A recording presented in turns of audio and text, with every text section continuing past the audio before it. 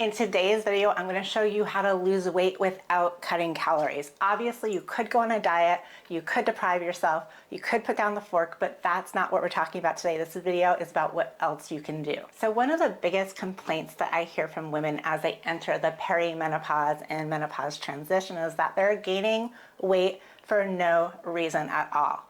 Their doctors and their trainers at the gym tell them to just eat less and exercise more. And today I'm going to share with you how you can actually lose weight and keep it off without cutting calories. That's right. You can lose weight, lose body fat without dropping your calories, without depriving yourself. And in fact, you can significantly change the way your body looks, and you could totally recomp your body just by doing the strategies I'm going to share with you today. And so by the end of this video, you will have the exact strategies that you can incorporate into your own life that are going to help you on your way to fat loss and weight loss. And this is going to help you on your journey. Hi, I'm Dr. Michelle Sands, licensed naturopathic physician and female hormone expert. And on this channel, I help women of all ages understand and fix their hormone problems. So the first thing I want to address is the debate over cardiovascular exercise. Now, it used to be that women were told only to do cardio, stay on that Stairmaster all the time, but now it has become popular opinion to tell women not to do any cardio. Some of the big internet experts are saying you don't want to do cardio, you should do less cardio, the less cardio the better. Cardio is boring and it's just going to eat away at your muscle, and you should try to do as little cardio as possible, and you should try to lose weight without doing any cardio. After all, when we look at the breakdown of the average person's total energy expenditure or total calorie burn, cardio only accounts for 5% of the daily calorie expenditure. In comparison, NEAT, which is non-exercise activity, is at 15%, and the calories it takes to digest our food accounts for about 10%. And of course, your resting metabolic rate, that accounts for a whopping 60 to 70%. So it makes sense that people would say not to focus on cardio because it only burns 5% of your total calories. That's nothing. Why focus on the thing that burns the least amount of calories? And the funny thing is, that is actually the problem, because that statement is actually true. So if exercise is only burning 5%, basically it means you're not doing enough to burn more. So you want to increase that amount of cardio that you're doing so that you can burn maybe, let's say 10%, maybe you can double it. So let's break this down. So let's say you're at 2,000 calorie diet, and 5% of that is going to be 100 calories. So if you're only burning 100 calories a day through exercise, you might want to consider maybe doing a little more exercise. On the other hand, if you're doing way more than that already, if you're doing a lot of cardio, a lot of exercise, then you don't need to do any more. You already have that part down. And for you, we will look at some of the other strategies that we're going to cover later in this video. I'll suggest something different if you're still looking to burn more fat, and we'll get to that later in this video. But for everybody else who is not doing more than 5% of the total calorie burn from cardio, we need to step it up. We need to think about how can we increase that? How can we do a little bit more so we can get that 5% increase and we can actually burn more calories without eating less? And so if you're burning off 100 calories, which is 5% of your 2,000 calorie diet, an average 154-pound woman would have to walk about 1 mile. 1 mile, that's it. Takes about 15 to 20 minutes for the average person to do that. That's it. That's not a lot of cardio. So if you add a little bit more, perhaps you walk 2 miles. Now you're spending 30 minutes walking. That's going to increase your total calorie percent from 5% to 10%. Like I said, that doubles it. And so you can see how doing just a little bit more cardio can make a significant difference in the amount of calories that you burn. So let's consider if you just added 100 calories of extra cardio to your daily routine.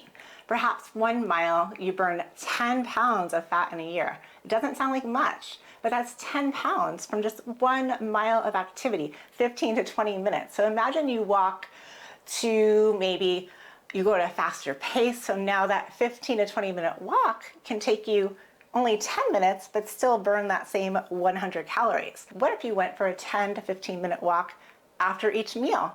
After breakfast, you go out for a stroll. After lunch, you go out for a stroll. After dinner, you go out for a stroll. You're going to digest your food better. You're going to get fresh air, and you're going to triple the amount of calories that you're burning. So once you work out more, once you get more conditioned, you're going to get better and you're going to get faster. So you can easily do that 15-minute walk in 10 minutes or less. And it's not just going to be a matter of going longer or adding minutes to your cardio routine. It can be the fact that you're going a little bit faster, that you're working a little harder. And as you become more efficient, you can exercise at that faster rate and ultimately burn more calories in the same amount of time. And so for anyone not doing exercise, what I would suggest is the first thing that you should do before you change anything else is do a little bit more cardio, preferably at a fast pace, but whatever you do, just do some cardio, just move more. Take a 10 to 15-minute walk, like I said, after each meal. It's great for your digestion. It doesn't require you to change your clothes. You don't need special shoes. You don't even need to work up a sweat. You can go on a bike ride. You can hike in the woods. You do a class here on YouTube. Just try to get up, get off the couch, turn the TV off, and move your body just a little bit more. And if you have a pedometer or a step tracker, like a watch like a Garmin or even on your iPhone, and you can actually count your steps, the average person, it's 2,300 steps is going to burn about 100 calories. So obviously if you're a little bit bigger, you're going to burn a little bit more. If you're a little bit smaller, you're going to burn a little less, but on average 2,300 steps is going to give you an additional 100 calories. So I know some people are going to tell me, Dr. Michelle, I can't exercise, I don't have time, I live in the desert, or I live in the North Pole and I can't go outside, I don't like doing cardio, I hate doing cardio, I don't want to do cardio, I tried doing cardio in the past and it just didn't work for me. Whatever it is, maybe it's not your cup of tea. Well, if I can't convince you to do some cardio, do some walking, which you should be doing, and you still want to lose weight without cutting calories, you can still do that. I've got more strategies for you. There is another way. So what you can do is you can either stack this additional cardio with this next strategy, or you can skip the cardio altogether. It's not my recommendation, but just put more focus on these other strategies. And the next strategy I'm going to talk about is super simple. So remember that chart I showed you earlier. The average person burns about 15% of their daily calories from something called NEAT. NEAT, non-exercise activity thermogenesis. This is just a fancy way of saying the calories that you burn just from moving, not when you're exercising, just moving around in your day. And so walking the dog, vacuuming the house, making the bed, folding laundry, going shopping, fidgeting, any of these things are going to burn calories. And so this is called non-exercise activity thermogenesis. And you can quite easily burn several hundred additional calories just by moving more during the day. And so if you don't want to do cardio and you just can't fathom the idea of putting on gym clothes or going outside and deliberately going for a walk, just move more during the day. Turn on the music, dance around a little, try one of the new TikTok dances, walk the dogs, do some yard work, go out in the garden, clean the kitchen, go shopping, anything that you do, just move around a little more. Do anything, just keep your body moving. So you might be saying, Dr. Michelle, I already move around a lot. I'm a nurse, I'm on my feet all day, walking from patient to patient. I'm a waitress, I'm carrying drinks. I never sit down, I'm very active. I already do cardio. I'm constantly moving and I still can't lose weight. What can I do? Let me tell you, this is one of the biggest needle moving strategies that you can do. You can increase your BMR, or your basal metabolic rate. That's how many calories your body burns at rest. How do you do that? How do you increase how many calories your body burns at rest? Add more muscle. So adding more muscle means lifting weights, lifting heavy weights, weights that you can't lift more than 10 times to build muscle. For every pound of lean muscle that you add to your body will burn an extra 8 calories just by sitting there at rest. And that's just when you're at rest. So the extra muscle that you have, it also burns more calories when you're not at rest, when you're moving around.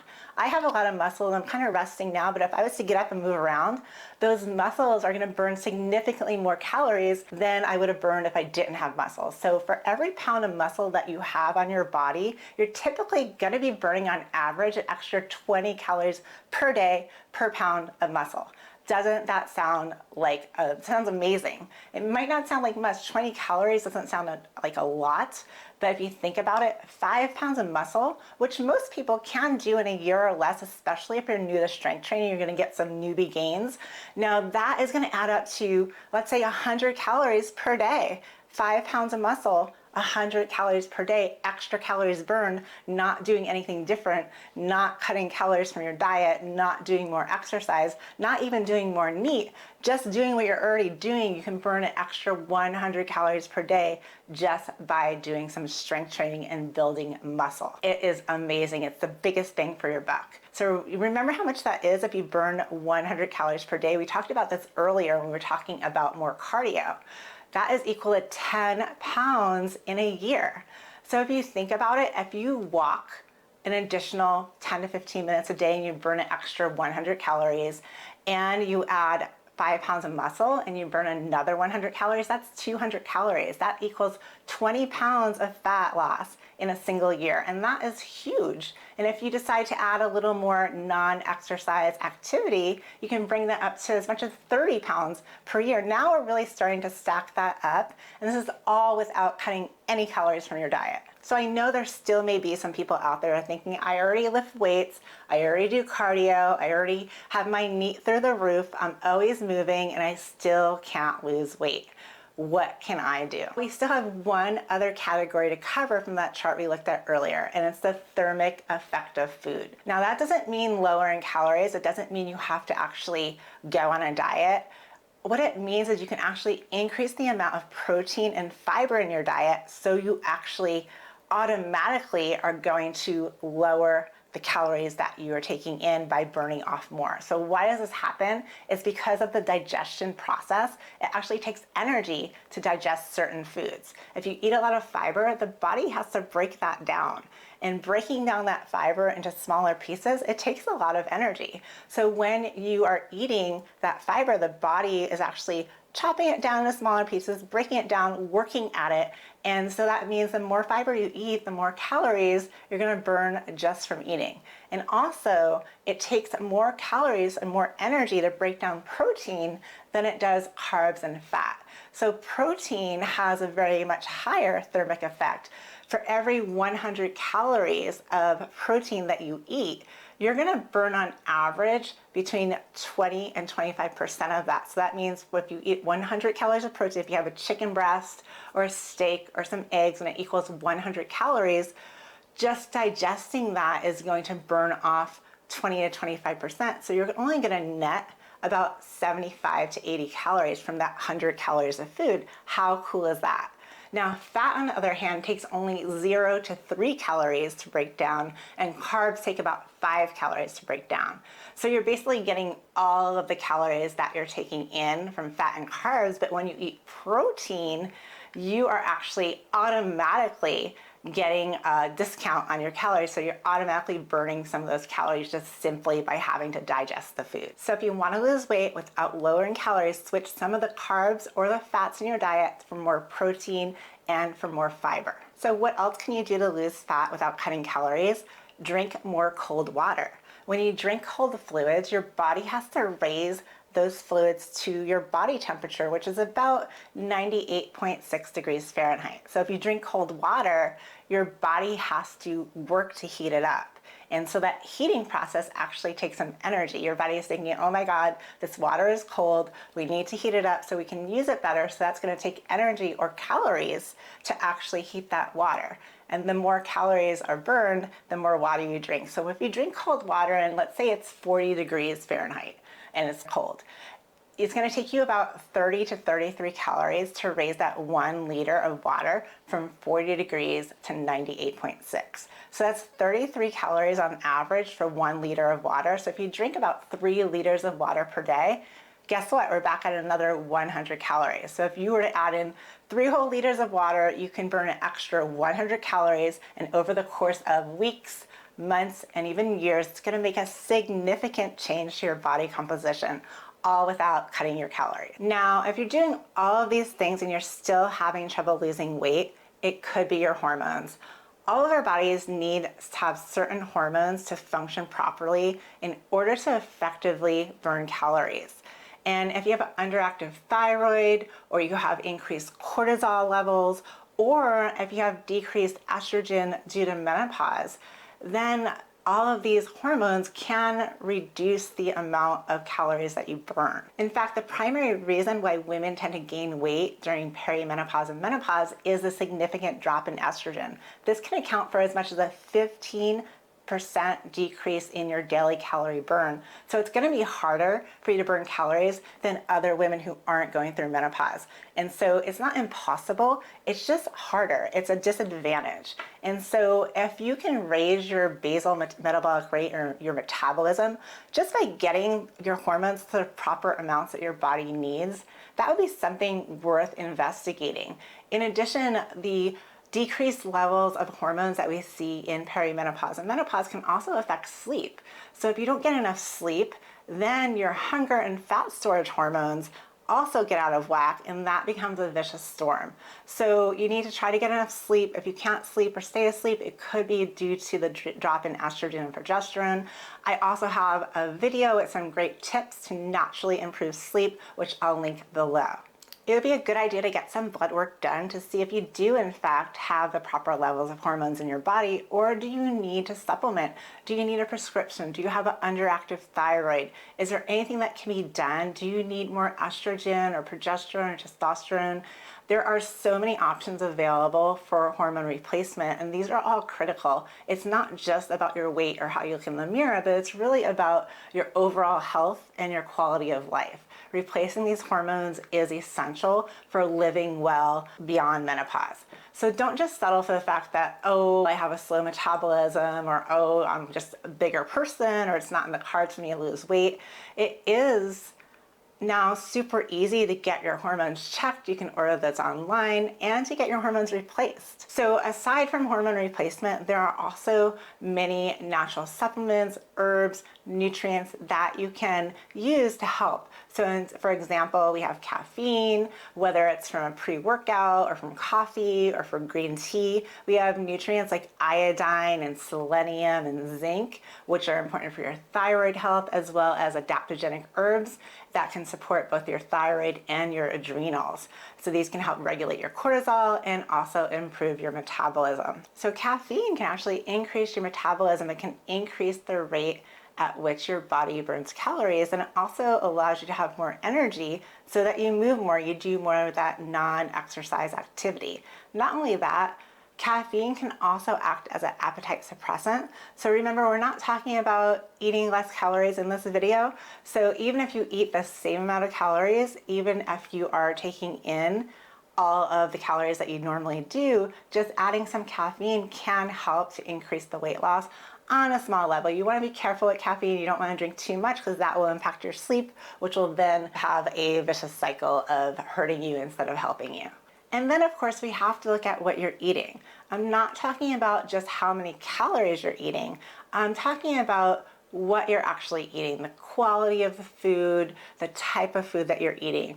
Of course, it is important to look at the quantity as well. And many people do tend to drastically underestimate their portions and how much they're actually eating. So tracking and measuring your food is a really good idea, at least for a couple weeks when you're starting out on a weight loss journey, especially if you're new and you're trying to lose weight. Tracking your food can help you understand how many total calories you're actually taking in, as well as how much of those calories are coming from proteins, fats, and carbs. Now, in my next video in this series, I'm going to be talking about how to understand and figure out how many calories you actually should be eating, and how much of those calories should be coming from protein, fat, and carbs based on your goals. So be sure to hit the subscribe button below so that you don't miss that video.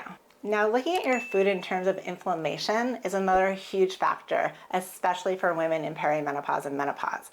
Inflammatory foods can wreak havoc on your weight loss efforts and leave you feeling tired, inflamed, and puffy. So you want to avoid processed packaged foods, added sugars, vegetable oils like corn and canola, because those are highly inflammatory. And instead, look for fresh fruits and vegetables, look for whole real foods, organic meats, fatty fish, olive oil, avocados.